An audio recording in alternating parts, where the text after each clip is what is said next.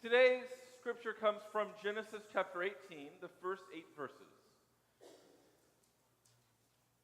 The Lord appeared to Abraham at the oaks of Mamre, while he sat at the entrance of his tent in the day's heat. He looked up and suddenly saw 3 men standing near him. As soon as he saw them, he ran from his tent entrance to greet them and bowed deeply. He said, "Sirs, if you would be so kind, don't just pass by your servant. Let a little water be brought, so you may wash your feet and refresh yourselves under the tree. Let me offer you a little bread, so you will feel stronger, and after that you may leave your servant and go on your way, since you have visited your servant." They responded, "Fine, do just as you have said." So Abraham hurried to Sarah at his tent and said, "Hurry, knead 3 seahs of the finest flour and make some baked goods." Abraham ran to the cattle, took a healthy young calf, and gave it to a young servant who prepared it quickly. Then Abraham took butter, milk, and the calf that had been prepared, put the food in front of them, and stood under the tree near them as they ate. This is the word of God for the people of God. Thanks be to God. Amen.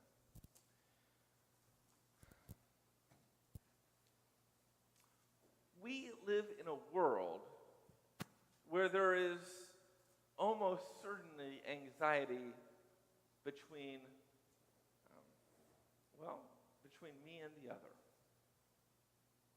Any given group of people, there is anxiety between the people who sort of exist within that group, who look or act or pray the same,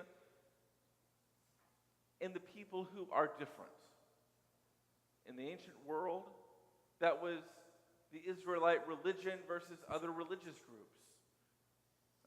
A little bit later, as the Jewish faith was established, it was those who practiced the Jewish food purity laws and those who didn't. As we came into the time of Reformation, about 500 years ago, it was Protestant versus Catholic. That division, by the way, has endured and caused anxieties even into the last century. We currently live in a time that even today there is anxiety between people and the other people. One example that I can't help but see, I don't know any other way but to name it because it exists right here in our metropolitan area. The Black Lives Matter movement has created a lot of anxiety, and I'm not here today that I'm going to talk pro or con on this particular subject. But I want to point out that police officers are living in a world where they feel anxiety walking up to a car that they might be killed. And we have young black men and women who are going to and from in white communities, who are scared to death of those in law enforcement. We live in a world where people and the other live in anxiety and separation far too often. We live in a world where we don't understand people who are different from us sometimes, and so we keep our distance, or we allow our anxieties to take over. During the time of the Civil War, thereabouts, the military, the Union Army specifically out west, was going through and trying to rid the country, more or less, I'm being a little unfair, rid this world of what they would term savages. The United Methodist Church has a remarkable amount of guilt in this. In Colorado, there was a preacher, a Methodist preacher, named Shivington. And he was in the army. And he led his forces to Sand Creek, where he massacred every man, woman, child, those who were running away, those who had already surrendered. He mowed them over with his forces. They didn't stand a chance. Throughout time, people and the other have struggled to live together because we allow our anxieties and our fears and our preconceptions to overwhelm our senses.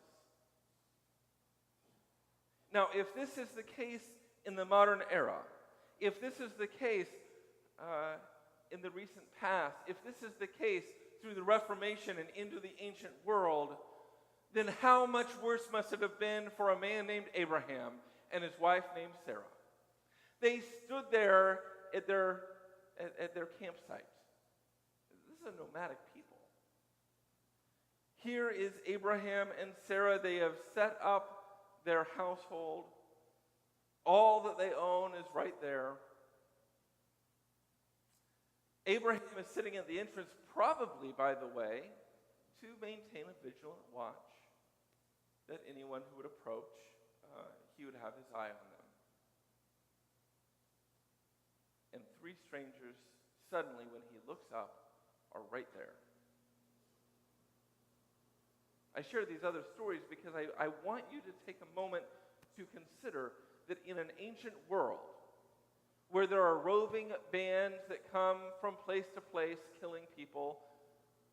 By the way, Abraham, not too long before this, and I believe it'll happen after, goes through communities with his household as they move from place to place, and his wife Sarah is with him, and he pretends not to be her husband for fear of being the other and being killed, and allows perhaps almost worse to happen to her. They live in a hostile, violent world. And Abraham and Sarah, there with their household, suddenly have three unknown men right there at the entrance, waiting to get in. Three men that they don't know at all. Three men that pose great risk to Abraham, Sarah, and their household. Three men whose intentions are unknown.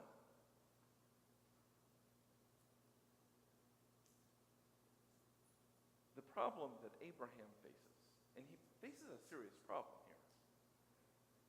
here, is that hospitality, and I've mentioned this before, hospitality is at the root, at the center, at the heart of Judaism. All through the ancient world, as we read Jewish scriptures, we find that hospitality is paramount in all that they do. Even when the risk is great, you are expected to invite people into your home. Even when the risk is great, you're expected to invite the foreigner to be a part of your community and take care of them. Even when the risk is great and the people are unknown, you are called to feed and clothe and care for those who are before you. And so Abraham finds himself between a rock and a hard place. His culture tells him one thing, and his instincts probably tell him another. He sits there at the tent, and I imagine he has a choice to make. He can either jump up, run to them and welcome them into his household, invite them to stay for dinner. Or he can call on his servants, form a bit of a barrier between these three men and all their women, and hold them at arm's length. I've already read the scripture. You know what's about to happen. Abraham, against all logic, runs to the stranger and welcomes them in. Now, it's not just the Hebrew scriptures. Lest we should think that as Christians we can just throw this away, and I don't believe that about the Hebrew scriptures anyway. But in the Christian scriptures, when we get to the book of Acts, Lydia, a single woman, who has every reason to fear this group of men that has come to her house, a group of men who are following Paul, she opens her home, a widow, all alone, presumably. opens her home to a risky element. Paul goes in and the home is blessed by his words and his faith. In Hebrews chapter 13, verses 2, it says this, "Do not neglect to show hospitality to strangers, for by this some have entertained angels without knowing it." The real struggle that we face when we're confronted by those we don't know is how we respond. Our instincts often tell us one thing, and our faith often tells us another. And I have a suggestion. If we are to find resolution to this problem, we may have to do what Abraham did, I suspect. I'm not inside of his head, I don't know for sure. But as Abraham sat there at the entrance near the oaks of Mamre, and he saw three men approach, I suspect the only way Abraham got from where he was to where he would go, a place of protecting his home to a place of accepting people, was to put himself in the position of the visitors who were traveling near him. The reason I think that is because when he goes to the visitors, what does he do? He offers, he invites them, he begs them almost to stay for dinner, to rest, to receive some water, to receive all that they might need on their journey. This makes me think that he must have put himself in the stranger's position. He must have asked himself, if I were standing in their shoes, what would I need most? If I were in their position, what would it be for me to be welcomed into another home?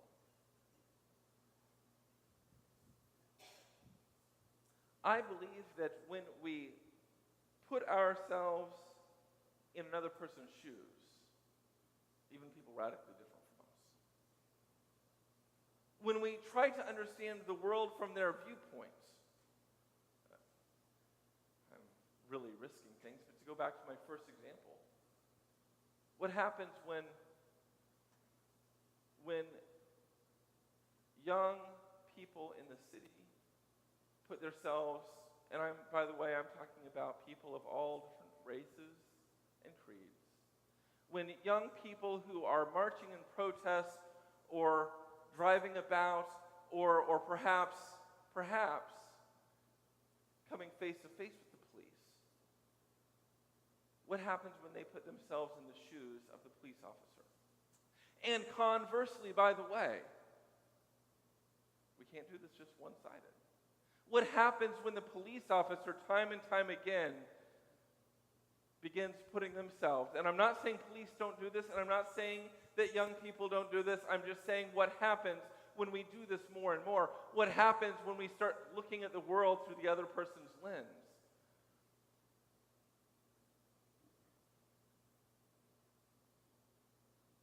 I think that something startling begins to happen.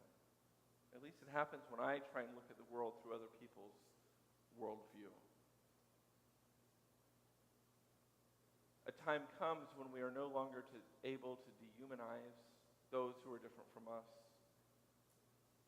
We're no longer able to exclude. We are no longer willing to humiliate or cajole. I thought of another example.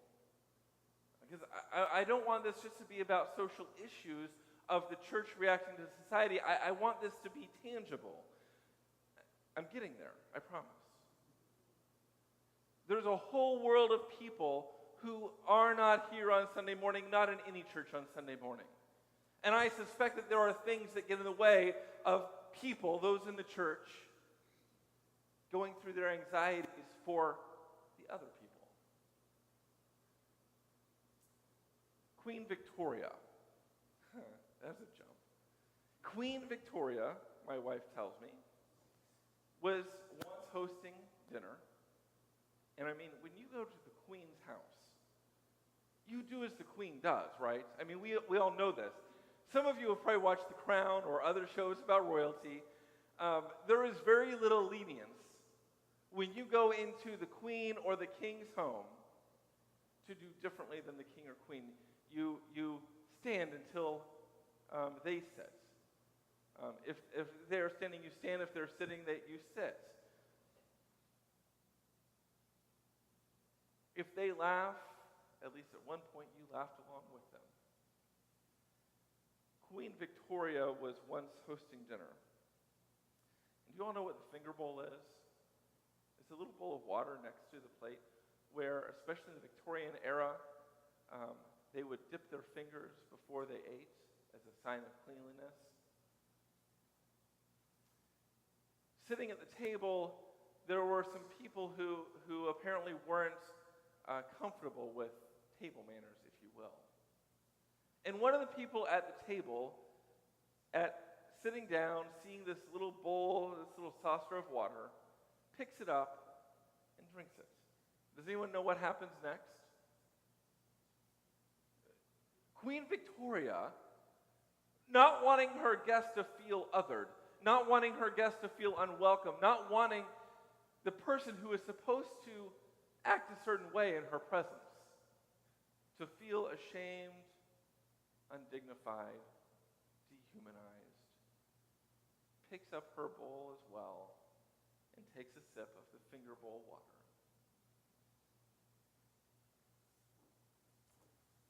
As we talk today about what it means to invite, when we invite people into our midst, when we invite people to feast at our table, to fellowship among our people, to be part of our family, we must first, no matter their background, what they look like or talk like or act like, what their education level is, who they are, we must, as we invite them into our fellowship, we must put ourselves in their shoes to understand what they are going through as they are invited into this feast, into this fellowship. I think about people not coming to church and a lot of the stories and research that I've read. There are a lot of people who don't come to church because they don't believe in God, but there are perhaps even a whole lot more people who don't come to church because they feel uncomfortable. There are people for whom church is a bad memory, a place where they sat bored to tears out of compulsion, a place perhaps that they were abused or hurt by those who were in power, who should have known better and should have had sense and compassion. For some people, the church is an intimidation, a place that they have never been before in their life, that they are curious about, but they don't know how to get there because so often we make it about a building. It's a church, I won't say where. Actually, there are a lot of churches that do this. But in almost every church I have been in, their logo has been a picture of the church building. Talk about an intimidation. We put a marketing tool on a shirt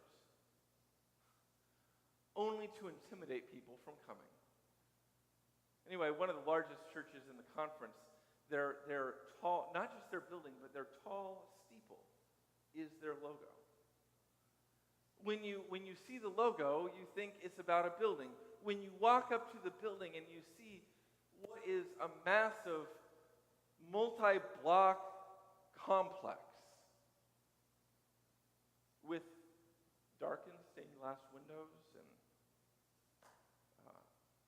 wooden doors, it's no wonder that people feel intimidated about stepping through the door.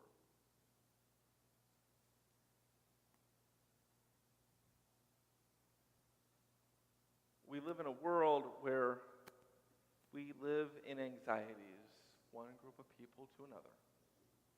And the group I especially want to draw attention to today is the Christian people. Protestant people. More specifically, the United Methodist people. More specific than that, the United Methodist people who are worshiping here and or involved in this congregation. We are a people.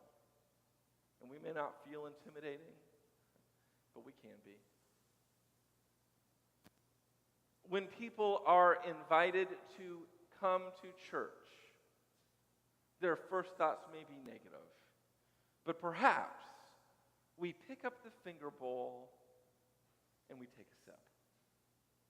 Instead of inviting someone in the safety of our neighborhood, in passing so that it doesn't really count as much, perhaps we build a deep relationship with someone and then bring them with us to church. That is risky.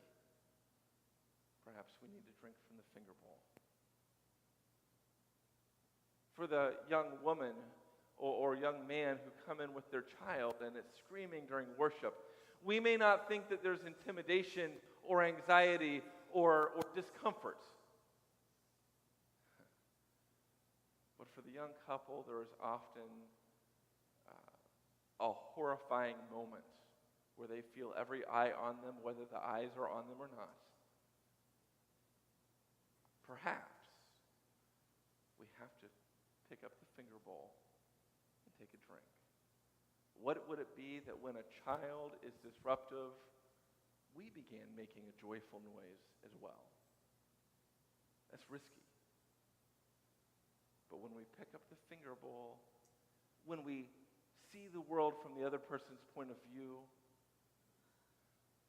we begin to become one community. And what about the pastor in all this? Oh, he can be a real mess. Because from the pulpit, from the lectern, even within this hymnal that we sing from, when we look at the words of the church, they are often insider words that are incomprehensible to those who didn't grow up in the church.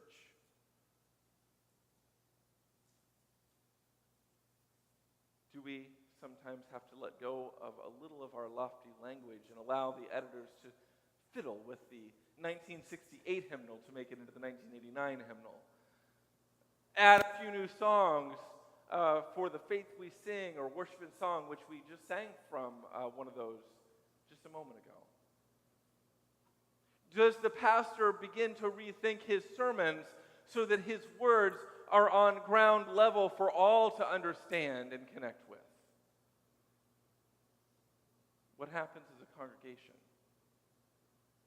when being proper, being educated, being quiet, or having risk-free invitations is no longer an option? What we experience is radical hospitality. We experience churches that instead of inviting people, they bring people. That instead of looking at disruptions or sitting there quietly, they lift up a noise, taking risk upon themselves to make everyone feel welcome in their midst. A church that when people feel uncomfortable coming because of how they dress, we make an effort to make them comfortable, not just by saying, oh, you'll be okay, but perhaps dressing down a little bit on occasion to make everyone feel welcome. Radical hospitality means putting ourselves in the shoes of the other person, trying to understand the world around us in ways that are foreign. We can't just say, oh, well, young people these days. You know how that sentence ends a million different ways. We can't just say, oh, this world is such a mess. Oh, these people are such a pain. Oh, these people don't understand faith and loyalty.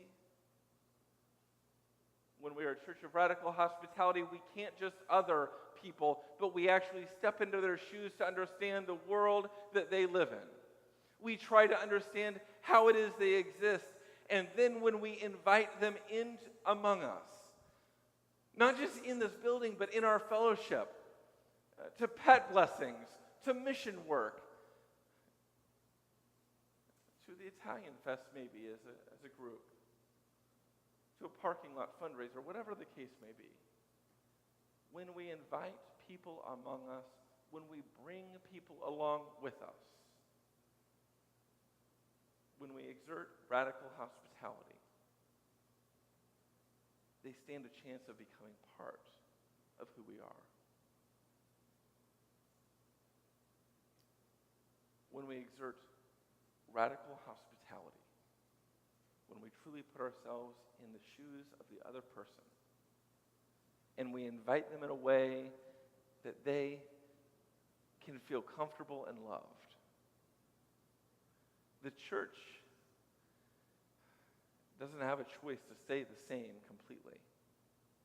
As we invite other people into our midst, they themselves begin to inform who we are. They bring riches into our presence. And God is glorified in new ways. It is a risky proposition. That's why we call it radical. It is a risky proposition to bring new people here among us, to love people unconditionally, to radically invite them in to be a part of who we are. There is risk in it, just as there has been risk in it throughout time. But we stand here today stuck between a rock and a hard place. Time and time again, when we know we ought to invite someone, but we're in the comfort of our neighborhood or a community event, whatever the case may be, our instincts tell us one thing. Our comfort level tells us one thing, but our faith tells us another. Radical hospitality comes with inherent risks. Some risks that I'm a little bit afraid of, I'll be honest. But I'm willing to step out and take some risks and change the way that I do ministry in order to invite people to be a part of us, if you will.